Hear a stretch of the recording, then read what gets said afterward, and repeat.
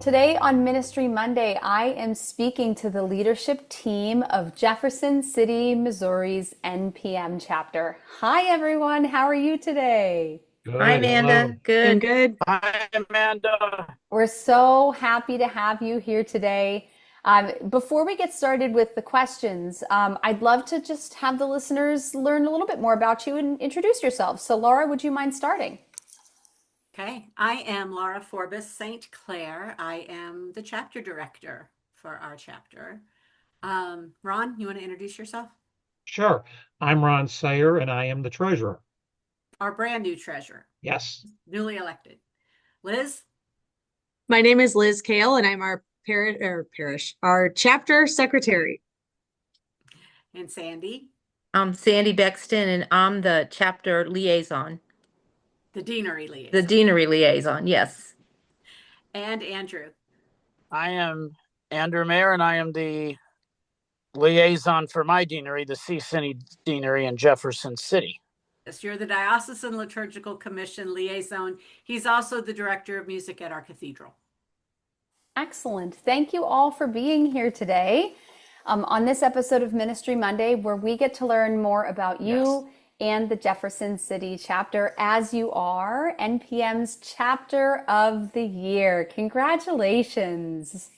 Thank you. You. Thank So, you. as we're going to learn a little bit more about your chapter as a whole, but before we start really digging into Thank the you. questions, I want to actually just ask a question first of Laura. So, Laura was the one that received the news that you guys were chapter of the year. So, Laura, if you don't mind me asking, what was your reaction when you found out? I may have squealed. Um, yeah, I may have squealed loud enough that I scared the dog. Um, so it was a shock. It was a shock, especially since we're a small chapter. I mean, we're kind of, I can already hear people going, "Where's Jefferson City?" But so yeah, I mean, we're a small chapter, and it was a shock when you think about the big chapters who are really moving and grooving. It was a shock that we got this, so it was really exciting. Well, we're going to learn a little bit more as to why you were chosen as we walk through these questions. But let's start kind of from the beginning with the Jefferson City chapter. So, can you share, can anyone on the team share a little bit about the chapter's origins? So we became a permanent chapter in June of 1991. And then I actually originally became chapter director in the late 90s at one of the regional conventions. I slipped away to go get to place an order. And when I came back, the group decided, you know what, we're going to get the chapter going and you're going to be chapter director. So that lasted for a few years, and then we fell inactive because of various circumstances. Most of it being the fact that those were the days before there was internet and email and all of that. And we're a widespread rural diocese, so we didn't really have a way to reach people. So things fell inactive. And then in 2018, my husband and I requested of then Bishop McKnight if we could please reactivate the chapter. So we reactivated in 2018, and we've been working on growing and moving and grooving ever since. So, let's talk a little bit about the chapter then today. So, in terms of programming, what do you find to be the most effective for the Jefferson City chapter in terms of programming? I think that our programming really reflects not what the needs of the leadership might see, but it's really driven by individual parishes and their music personnel. It's a very diverse chapter because it's a very diverse diocese. Um, if you look at our chapter on a map, it's 1/3 of the state of Missouri, and we have parishes that are small rural. We have parishes that are urban. Uh, and there's such a variety of things, and and backgrounds, and I think that really drives the programming, at least what planning is like. And I would add that we have a very volunteer-driven diocese. And so trying to meet the needs of that wide range. We have professional directors, not very many, but we have several. And then we have a lot of volunteer-driven parishes. So trying to meet all of those various needs is it can be difficult. But we've also tried to hold some of the same events every year that people come to expect. And so they look for those and they ask for those and they want to know when they're happening. And between that and consistently getting our email address out there and hey, come to us with any questions you have about things, and just the way that we have set up our leadership with having Sandy having the deanery liaison position, and then we have deanery representatives for each deanery.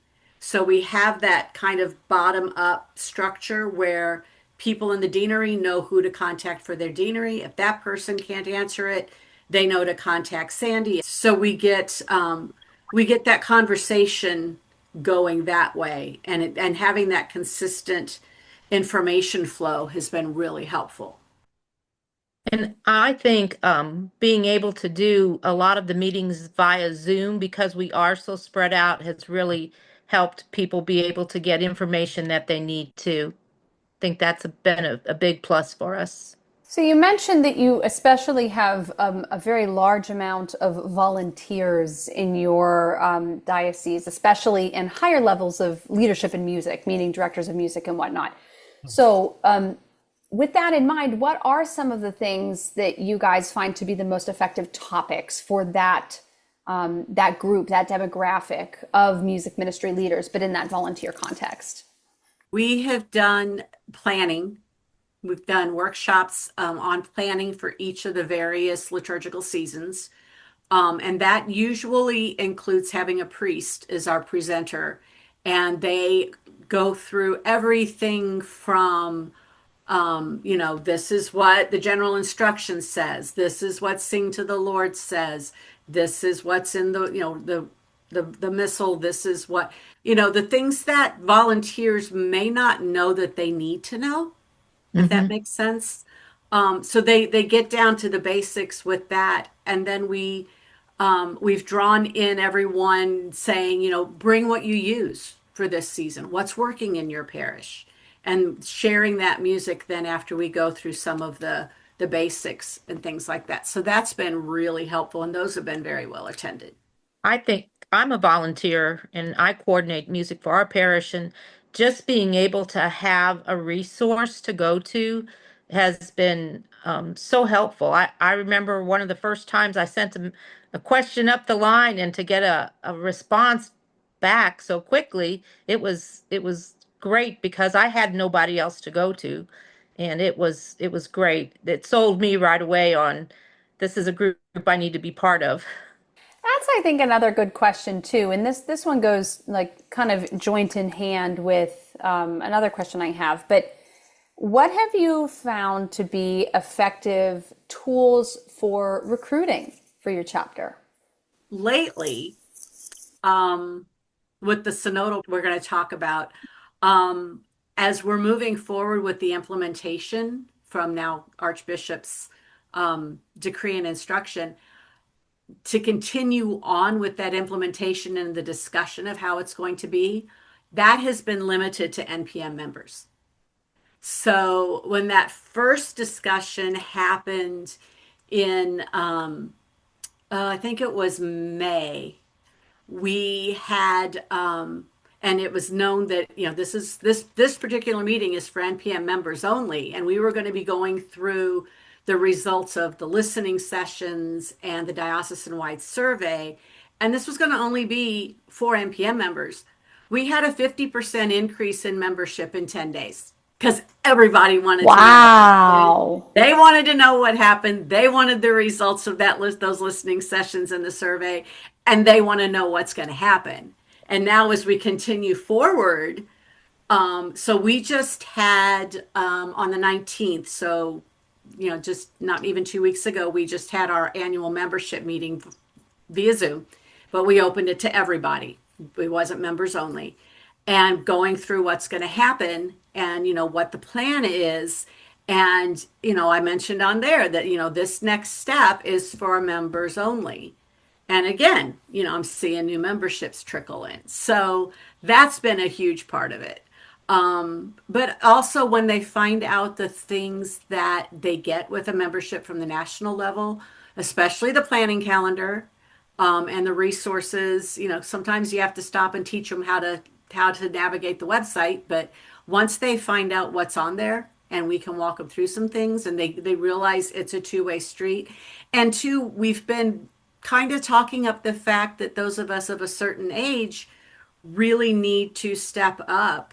And it's not only what do you get from your membership, but what can you give? Because we need to step up and we need to be mentoring that next generation and showing them and sharing our talents and our gifts. So we've been talking that up a bunch too. I first got involved with our chapter through the direction of my parish priest.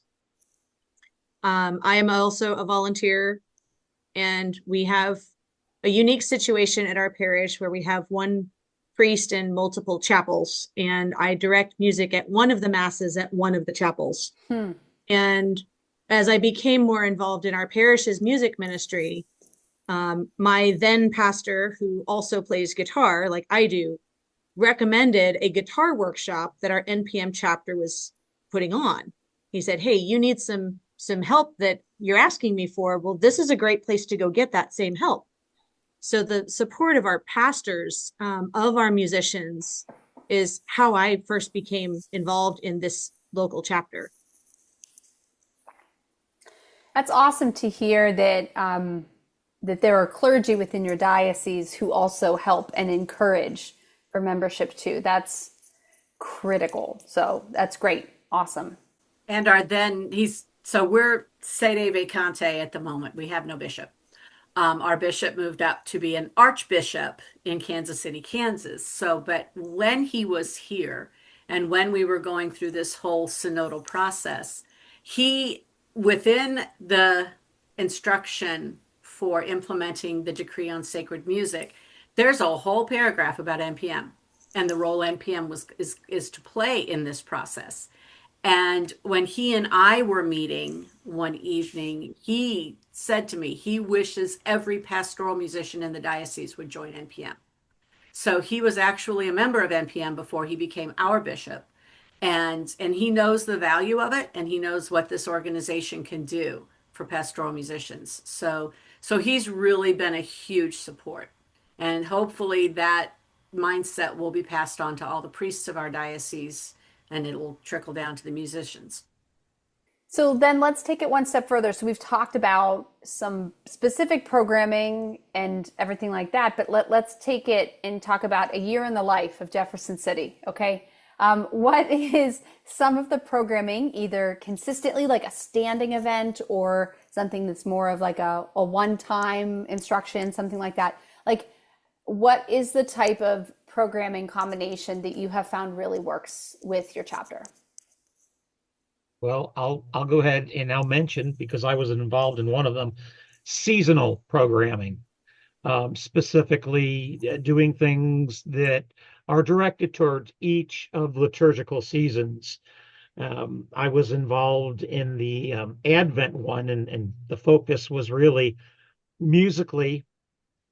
Do we have to just hear the same Advent hymn over and over for the entire season, or are there other things we can do? And the sharing of information from one member to another member, in a workshop type situation, so that we can help to, in service, if you will, um, the other musicians in the various parishes in the diocese as to what is available and how can we help you. And I know we try to do that throughout the year. Um, and then obviously there are some other things, and I'm Laura, you can jump in here and talk about some of those maybe non seasonal activities? Well, we do the St. Cecilia Sing every year. So people watch for that. We've done that every year since we reactivated. So 7 years. Although I think, help me remember, Sandy, during COVID, I think we did a virtual prayer service instead of an actual sing. But we gather at the cathedral, and except for the year that it was under renovation. But we gather at the cathedral and we do a little prayer service, and then people sign up to share music, whatever song or thing that they want. And it's been really neat. We've actually had to limit it because we have time constraints. But last year we had a harpist, we had a children's choir. Andrew, who had to drop off, his wife is an amazing soprano. She sings in New York and all over the place. And so she did a piece, Andrew did a piece. It's been wonderful. But because we're such a widespread diocese, not everyone can make that 2 hour drive to the cathedral. So this year, we're actually going to do, if they can't make it to the cathedral, we're going to send them the resources. So if they want to do it on their own within their deanery or within their parish, whatever, they can do something on their own. But yeah, the St. Cecilia Sing. Then every summer we have the membership meeting that's not really just for membership. We usually open it up, but we do that via Zoom. Right now we're doing what we're calling Chat and Chew, CHEW, in each of the deaneries. We've done two of them. We have 5 deaneries. We've done two of them. We have two more getting scheduled. And that's where the musicians of each deanery just come together. They bring their lunch, we gather in a parish hall, and we talk about their successes, their challenges, whatever. It's a chance for them to network and get to know each other within their little area. So we're doing that. And I got the question this week, are you going to do those again for those of us who had ours last year? Can we do it? I was like, y'all don't need us for that unless you want us. You can kind of like gather on your own. So, so yeah, so we're building up that within the deanery communication too. So that's been good. And then the big thing this year is as part of the decree and instruction. Now, Archbishop had us write up a budget and submit it to the diocese. So we're actually partnering with the diocese for workshops and to bring in people to help with training and with what is needed. So, for example, in a couple of weeks, we have Anna Betancourt coming, and she's going to be introducing the bilingual mass setting that's part of the decree and helping us learn not only how to play it and sing it, but those words, because this a lot of us have never sung in Spanish. So she's going to be helping us with that. We have a lot on our plate right now from that decree. So yeah, there's a lot going on. So And not to stay with something negative, but I think it's a good time to pause and talk about it. You mentioned your geographical size of your diocese. Can you talk a little bit about the challenges within that? Ron, you're out in the boonies. Why don't you jump? Well, I don't like to think of it as the boonies, but there are some places that I think are a little more boonier than my location. But yeah, I don't think there are any straight lines between any communities and the state capital, which is Jefferson City. So, actually, I think we probably have some parishes that if they were to make the drive to Jefferson City, I'm willing to bet it'd be more than 2 hours. It'd be Yeah. closer to 3 hours one way. Yeah. Yeah. So that's a real challenge because our diocese goes all the way up to the Iowa border. And Wow. yeah, and Missouri is a pretty rural agricultural based state. We have like 4 urban areas, and then everything else is much smaller. Um, and those parishes, they can be very, very, very small. And they have their own unique challenges and challenges that probably the larger parishes don't comprehend. Yeah. So The fact that we can do things via Zoom, I mean, it just really makes things so much easier. It's a great tool for us. And we What are, have a Facebook group. So Yes. we try to get people to get on that, because when something quick comes in that's maybe not email worthy, like, when you post things, like you posted about the copyright, um one that podcast you had done, or whatever it was, I can pop those reminders on the Facebook page or the Facebook group, and people can see them on there. um, and it's been really helpful because the diocese has been really pushing getting on the email list of the chapter, even if they're not chapter members or NPM members. So we have one group where we have over, I think we're up to about 120 on our email list now. um Actually, it's growing every day, so who knows. But we have a nice big email list, and then I can, filter it down to just the members, and then send things to only members too. So the email list and the Facebook group, we're working on getting that website going. I've working with Kaysen on that, but we're working on getting the website going. But like Ron said, every little town, I mean, it can be a town with a population of 100 or 200, and they're going to have a Catholic church and a full K-8 school attached. So and Sandy knows that's what Yep. her parish is like. Liz Yep. has the 3 chapels. So I think having our board be our officers be a mixture. Um, we've got some of us who are from very large parishes and some who are from very rural parishes.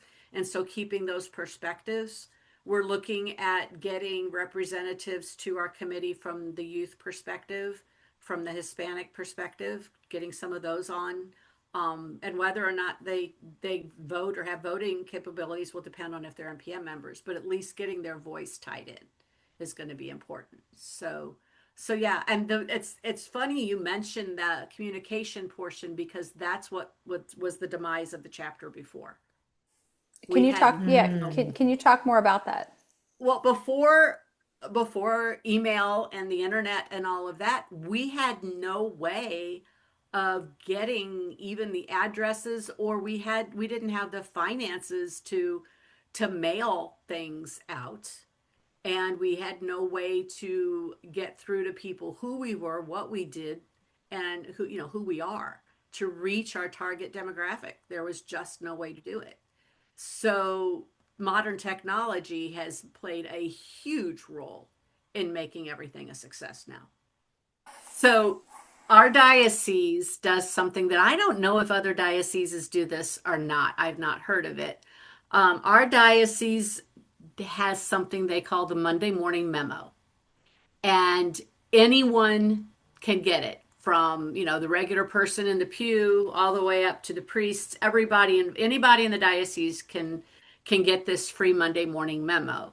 And in the Monday morning memo, they put everything from, well, it's the first place to find out when priests are being transferred, because they'll publish those. And just everything goes through there, but you can submit your events. And then at the same time that you submit your events, you can choose whether or not you want to buy advertising space in the diocesan newspaper, which is called the Catholic Missourian. And so you can get through that. So when one of the cool things that happened was when the award was announced, the editor of the Catholic Missourian contacted me and interviewed. And so then we got a front page article on the Catholic Missourian, and it was, yeah. And so that has also resulted in membership. Also, So, good exposure, really. yeah. Yeah. So, I mean, the marketing has been fantastic this year. That's awesome. And you know how much I love marketing. I know. Well, my last question for everyone is, this is a personal question, but what are some of the things you are most proud of in your chapter? Maybe it's a specific event, maybe it was, an accomplishment you had, but what are some of the things you're most proud of? I am proud of our growing relationship between our chapter and our diocesan leadership. I've been told that's something a lot of dioceses don't benefit from is the partnership between their NPM chapter and whatever liturgical commission each diocese has. The fact that our two groups are working hand in hand to facilitate the formation of our musicians and liturgists and even the pew people themselves, that we're able to work together to that common goal. That's something I'm proud of. I love our Saint Cecilia sings, and then afterwards, we have our reception that I put together, and it's just a wonderful time for networking, and I love being able to hear music from other people, and if it's workable for my parish, then I bring something back, and it's just been a good. The Saint Cecilia things have been really good. Sandy downplays her role a lot. Um, Yes. it's not a, I mean, it's not like an official office or whatever, but if we're going to have any kind of refreshments, any gathering at all, Sandy does all of that. She puts together every reception, every gathering, everything. She has the most amazing decorations, I mean, she never asks us to like bring anything food wise or anything. She just like all of a sudden there it is and it's gorgeous. So she really downplays her role a lot, but our gatherings would not be nearly as beautiful and aesthetically pleasing and everything else if it wasn't for her. So, I think one of the other things that we should be proud of, and I really like seeing this, is that, and this goes back to our discussion before about how varied our parishes are. Hmm. It doesn't matter if you're from that small parish that's got 100 parishioners, or you're from that mega parish. There's room at the table for everybody, and Yes. everybody's welcome. And I think at least I feel that doesn't always happen with some organizations, but it's definitely happening here. mhm. I'm going to play off of what Liz said. I think our relationship with the diocese is huge. Um, when I was contacted back in November about being part of the process. And I thought, okay, this is going to be a nice big committee and we're going to do this. This was great. Thanks for including me. And then it turned out to be three people: the head of the Diocesan Liturgical Commission, a communications coordinator for the diocese, and me. And I was like, okay. And we were charged with writing, we worked with CARA, the Center for Applied Research in the Apostolate. We worked with them to create the survey that went out to everybody in the diocese on sacred music. And so to be a part of all of that and then going into the listening sessions all over the diocese, I mean, this was a huge process. And, to be honest, now Archbishop, he doesn't really know he didn't know who I am. He just knew I was the chair of our chapter or the chapter director. And, so he had really, I don't think he really knew who he was asking to be a part of this, but it was, it really just went huge. And that whole process, it's gone on now since last November and it's still moving forward. And that whole partnership with the diocese is it's major. And it all started with, requesting his permission to reactivate the chapter. When we hit the 5 year mark, I sent him a letter and told him the things the chapter had done so far in those 5 years, what we were doing, what we were hoping to do, and what we were planning to do to move forward. And I think building that communication with the diocese, I think a lot of chapters are kind of timid about that.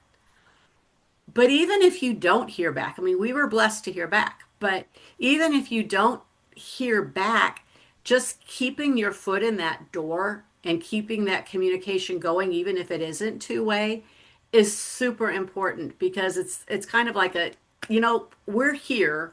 This is who we are. This is what we do. Use us. And, and as the priests of the diocese find out what NPM is on the national level and the creds that go along with being part of NPM, as they find that out, then they're more than happy to give that information to their pastoral musicians to have them, and just like Liz had with her then pastor, hey, you need to do this, you need to be a part of this, and it grows from there.